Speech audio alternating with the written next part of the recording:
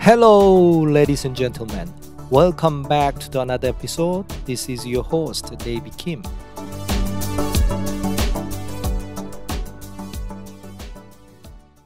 Hi, Gayam. Thank you so much for joining us today. Yeah. Hi, David. Pleasure meeting you. Yeah.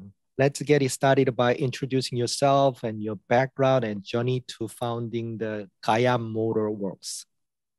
Sure. So I am Raja. I am the CEO of Gayam Motorworks. We are an electric mobility company based out of India. We export our products to various countries across the globe, including UK, France, Portugal, Uganda, Nepal, and hopefully soon in North America and South America as well. So in terms of, so I grew up in a very green place called BHL. So it's a very green campus. And as kids, me and my brother were mostly interested in environmental projects, and we were involved in a few of them. So in addition to that, my father had a manufacturing company. So he was into bus body building, and he was involved in assembling various radio radar vehicles and telecom towers as well. So as part of that, we were exposed to various technologies and integration of various technologies to produce products which are functional and useful for various purposes. So we had hands-on experience in terms of the manufacturing processes and all.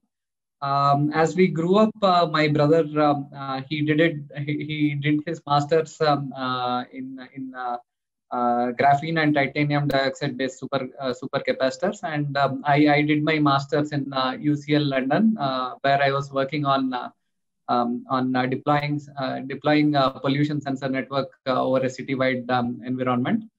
So once we came back, I started working for my father. So he was into CNG and petrol three-wheelers at that point of time. I was helping him marketing this product across various geographies like Bangladesh, Indonesia, and Ethiopia. So during that interaction, what we realized that there will be a future with electric vehicles, and we wanted to be one of the market leaders in that segment. And we started working on electric vehicles way back in 2012-2013 timeframe.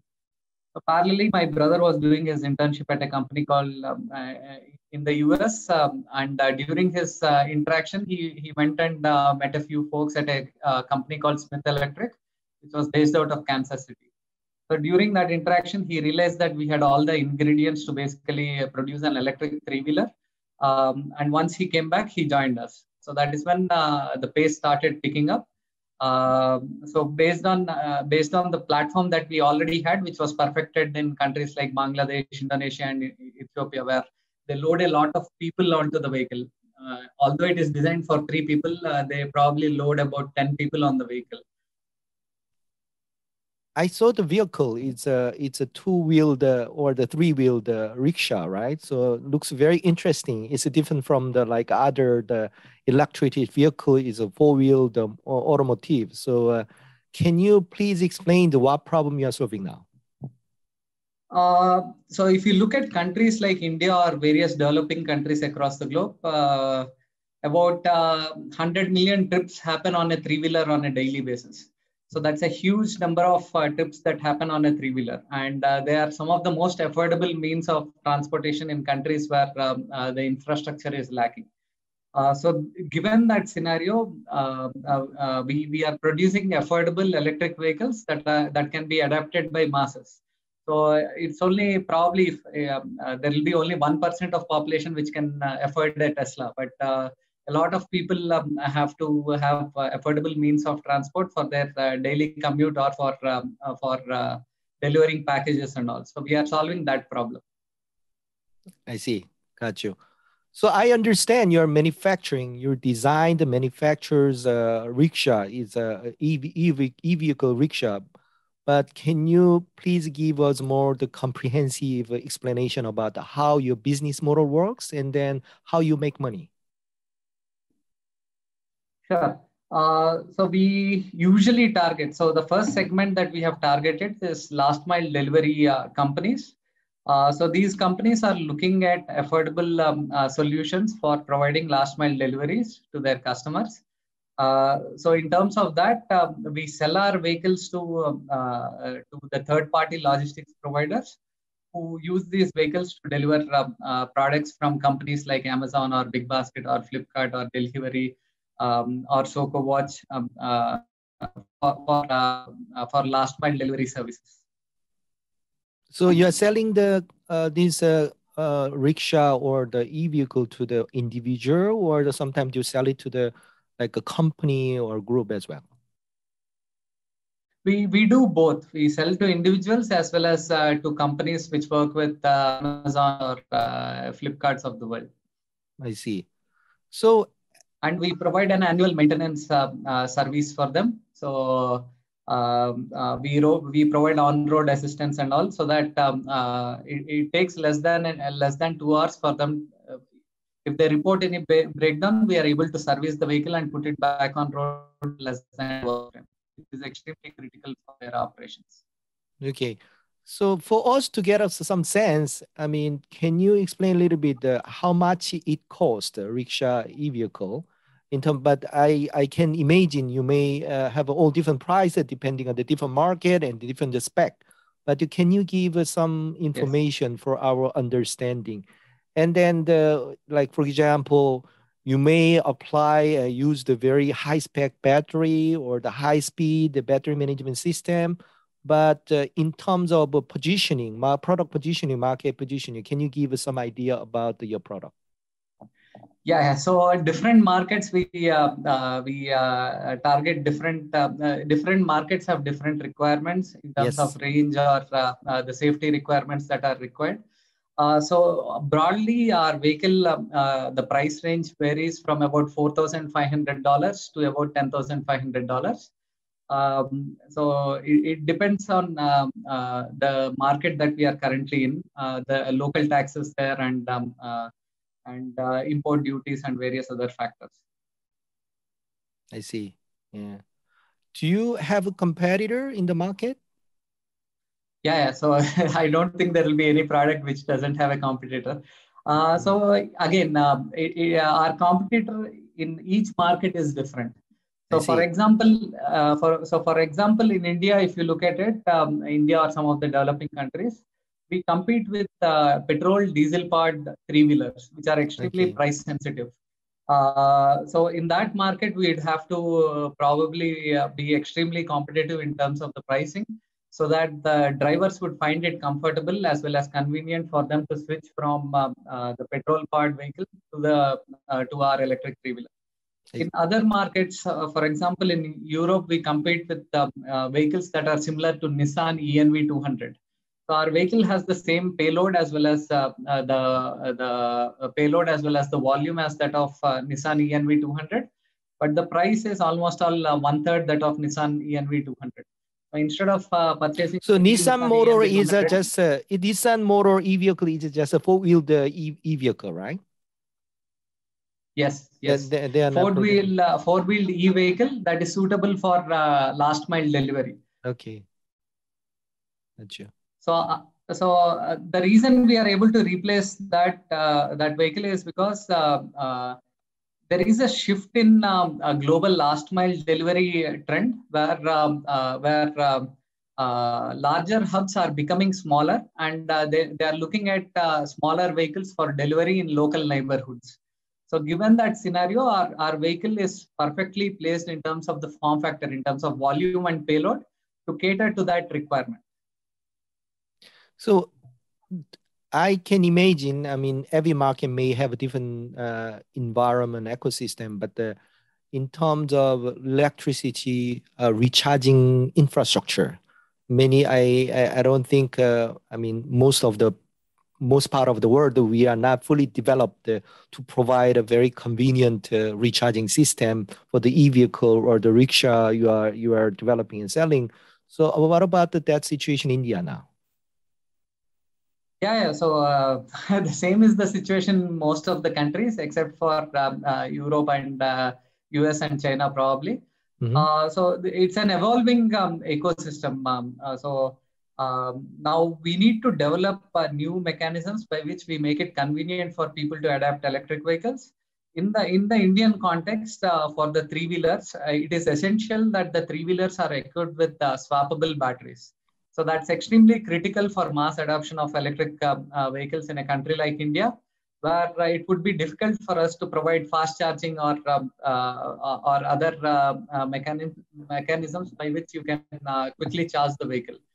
Because of the limitations that that the country has in terms of the grid infrastructure that it has.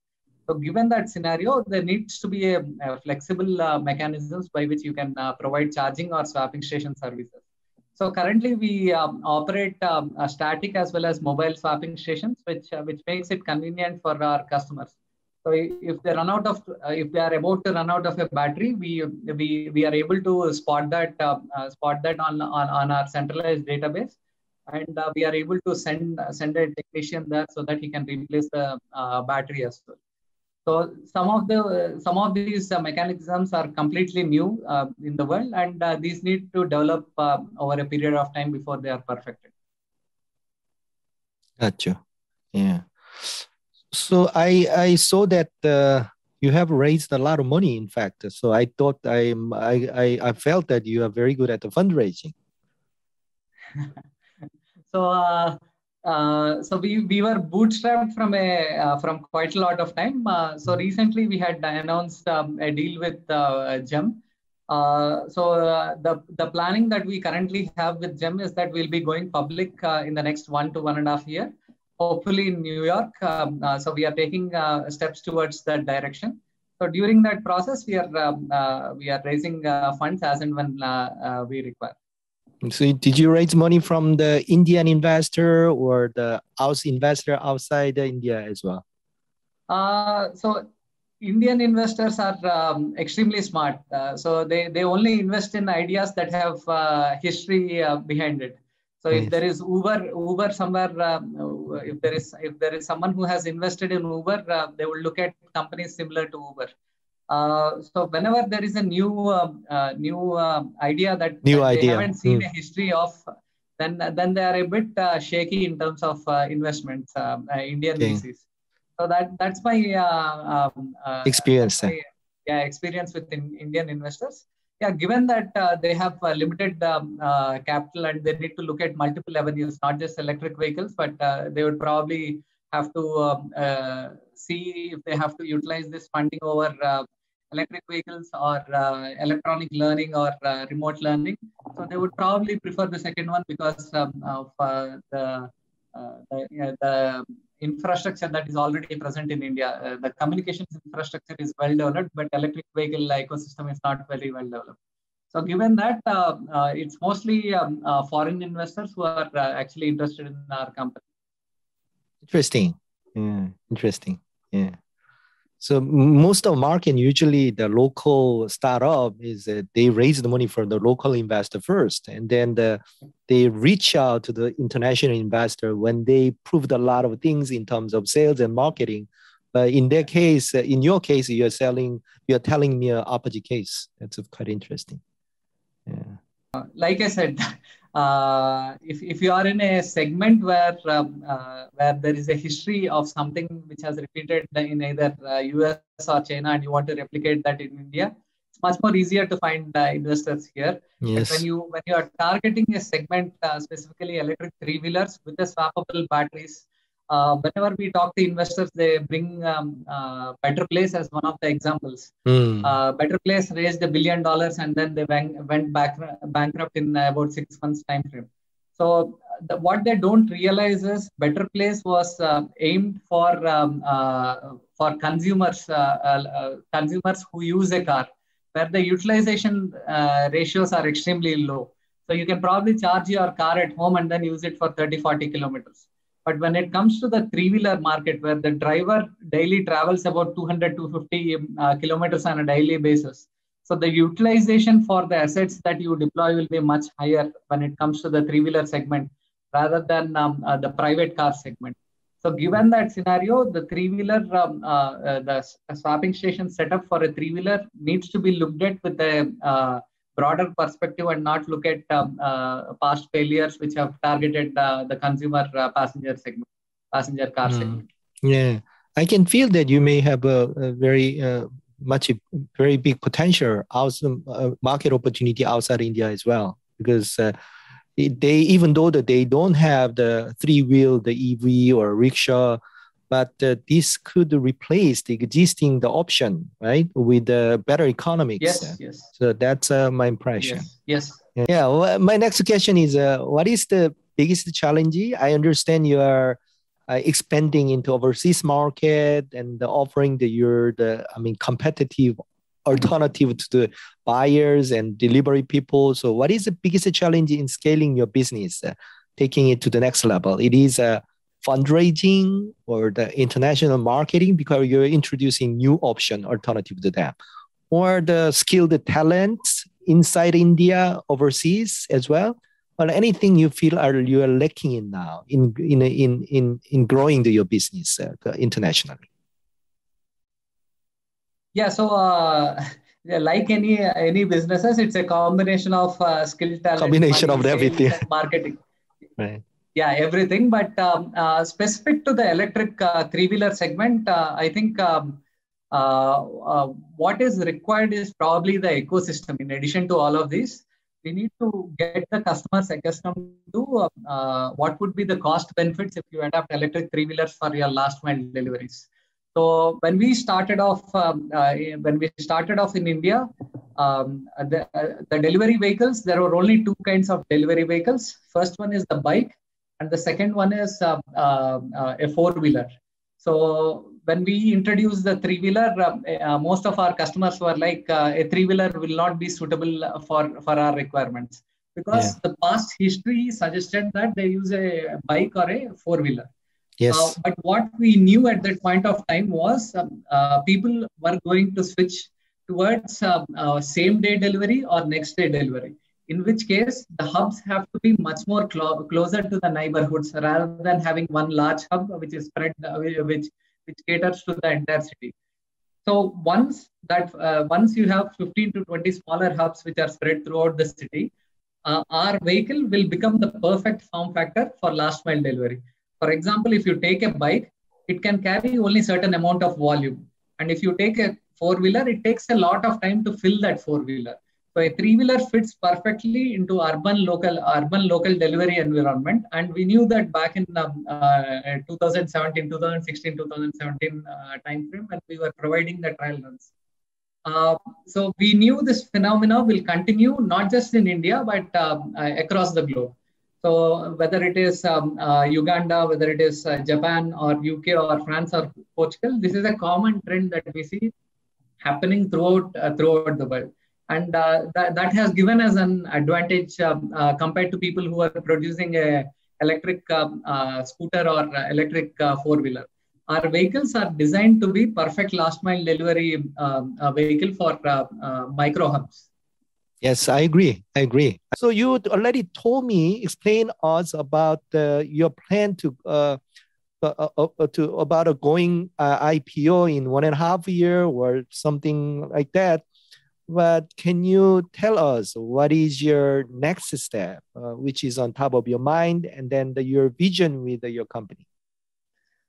So our vision is to electrify the last mile, both passenger as well as the cargo segment. And so we are doing that by providing practical and affordable solutions by which people can adapt these vehicles in large quantities. And we are not just developing products, but also processes like swapping stations, mobile swapping stations, to help them adapt electric vehicles. It's not just good enough to have a product, but you also have to develop that ecosystem for mass adoption of electric vehicles to happen. So that is what we are currently doing. In the next immediate future, we'll be introducing our vehicles across various geographies. The next country will be Kenya. So after that, it will be Chile and Peru and Mexico. So we have already shipped our first set of vehicles to the US market. We have some trial runs planned with customers like Stanford University for their utilities, with the Lime scooter for reorganizing their reorganizing their scooters across the city or charging these scooters, and also with a last mile delivery company in the US as well. So we believe that our product would be extremely suitable for crowded cities, main cities, where quick deliveries and finding parking for larger vehicles would be difficult.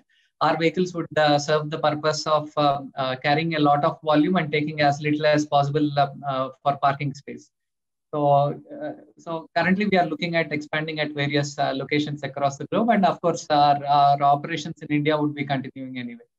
Yeah, very impressive. Very impressive. Way you expand grow the business internationally. In fact, I'm very, very impressive. Yeah, even the growing the company. We specifically target. We target last mile delivery companies because that's one application where there is a huge impact of deploying these vehicles in terms of the cost economics as well as the savings to the customer. Agree. But everybody talk, even including the large international company or the SME startup, everybody talk about their plan to grow the business internationally. But executing that plan is not easy, not simple and easy, right? So not at all. So especially when you have vehicles and electric vehicles where you will have to develop the ecosystem that is required. The key thing is our product is extremely robust, so that helps us. If our product can run in a country like India, it can run anywhere across the globe. So that has been an advantage. So when we are developing the product for the Indian market, we have made sure that certain aspects of this would help us expand quickly across the globe. Thank you so much for taking time introducing the amazing and the very ambitious entrepreneur journey with Gaia Motors. Thank you, David Kim. Yeah.